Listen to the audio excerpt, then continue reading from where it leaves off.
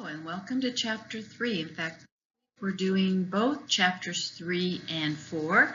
One is on gender, the other is on sexuality. So even though they are two very different things, I felt these two chapters lended themselves to be done together in 1 week because I had to combine two different weeks of chapters to get all of them in before the end of the semester. So the outline is there. Gender identity refers to the degree to which we see ourselves. Do we see ourselves as more feminine, masculine, transsexual, or perhaps even non-gender? Sex is used to refer to either male or female when it comes to our physiology, our anatomy.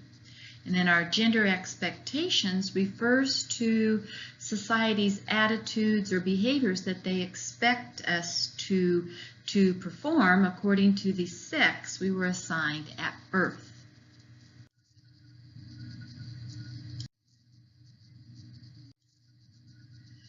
So as we think about those expectations, gender differentiation is very apparent in our cultural expectations about how people should behave. Little girls should play with dolls and little boys should play with trucks. Masculine people are often thought to have what we call instrumental or agentic character traits. In other words, more confidence, more assertive, more ambition that would enable them to accomplish very difficult tasks or goals. Feminine then is more expressive character traits, such as warmth, sensitivity, the ability to express tender feelings. So we would say maybe boys shouldn't cry, but no, today we know that it's okay for males to cry. Now when I look at myself, I see myself as feminine. Okay, I feel like I'm warm and sensitive, but I also see that I have some masculine traits. I am pretty confident in the work field, I'm very assertive, and I have been ambitious over my life. So I'll talk a little bit more about that in a bit. The dual market theory proposes that women and men do not have equal pay. And we've seen this. We can see a woman in the same job as a male, and she will not get as much pay as he's getting. There is just something wrong with that, isn't there, women? And I think you men probably feel the same way. If a woman does the same job as you, they should get equal pay. Women in the workforce do continue to increase, but we still do not make as much money as men. So this chapter talks about theories, and you're going to see that you need to have some information about these theories as you answer those questions in the Mind Tap. So a functionalist would look at how patriarchy, in other words, our fathers, separate each individual into specific roles that help society continue to function.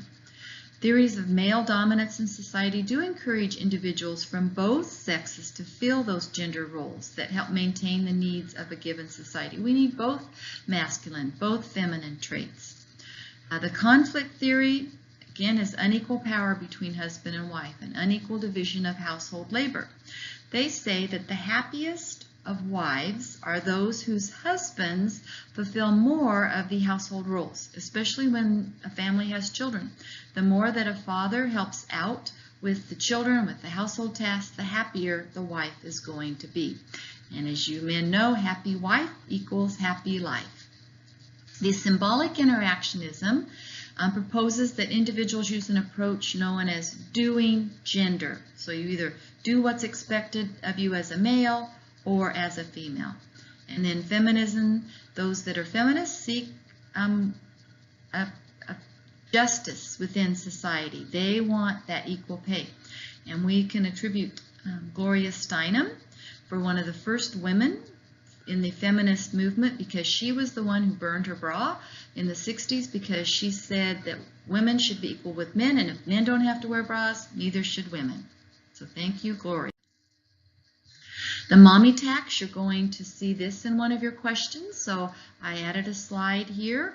That refers to the loss of incomes that income that a mother experiences when she re-enters the workforce. In other words, maybe she was in the workforce, she stayed out for a while to raise her children, and now she's going back into the workforce.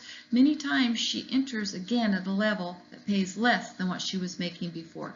That is the mommy tax. Okay, the next few slides talk about government and politics. So I'll let you read this slide on your own, and we'll go to the next one. So when it comes to education, the majority of college students since 1979 has been women. Now surpasses men in the proportion of the total population that all students who graduate from college. Women are about half of college faculty today compared to 1/3 in 1995. So that's been a huge jump in recent years. Although women students outnumber men in colleges and universities, there still is that gender differentiation in the choice of majors.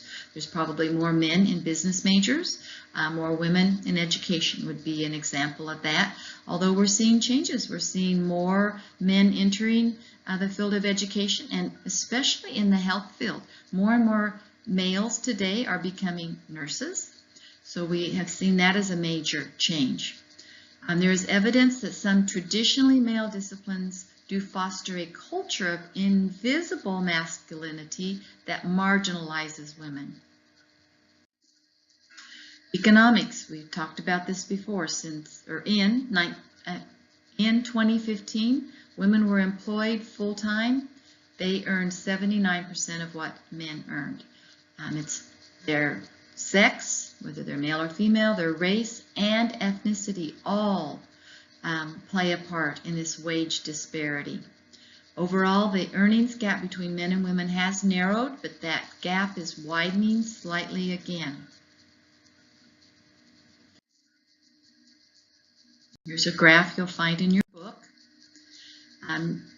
We are socialized according to our gender. This is the process by which society influences members to internalize their attitudes and expectations of what you should be as a male or female. So think about it. How were you socialized in your family?